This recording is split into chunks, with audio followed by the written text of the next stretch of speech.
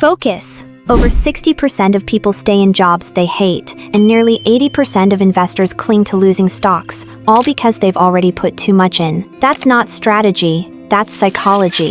The same trap that kept the conquered flying while it bled billions, and it might be running your life right now. This is Fruity Wisdom, sharp ideas, zero fluff. Subscribe now, because today's idea might save you from years of wasted effort.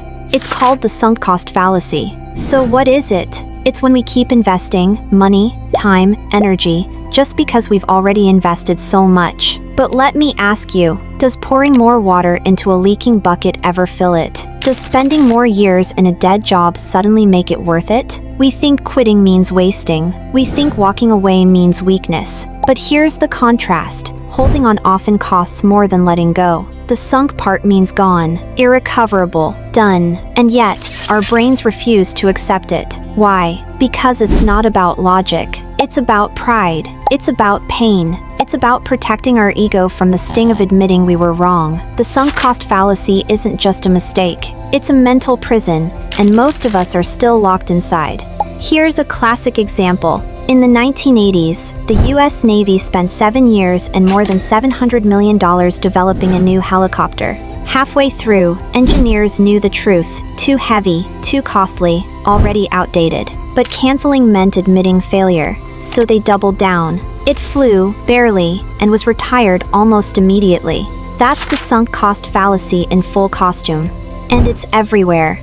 Gamblers chasing losses, telling themselves the next hand will fix everything. Couples staying in dead relationships because we've been together 5 years. Companies dragging zombie projects forward because of everything we've invested.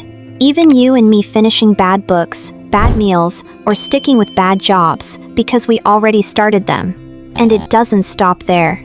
Sports teams do it too, paying millions to keep a player long past their prime just because of the money already spent on their contract.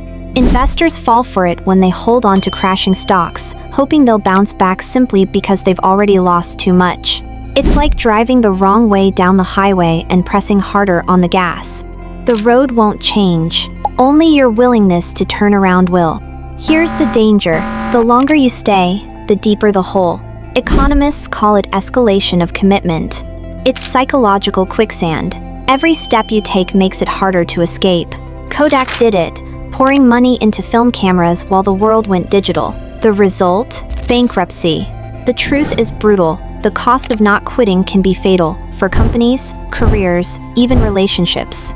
So how do you escape this trap? Start by setting exit rules before you even begin, like a stop loss in investing. Then ask yourself a simple test. If I weren't already in this, would I start today?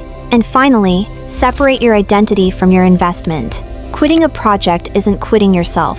The project can fail, and you can still succeed. If you want to dig deeper, here are 3 books that will sharpen your instincts.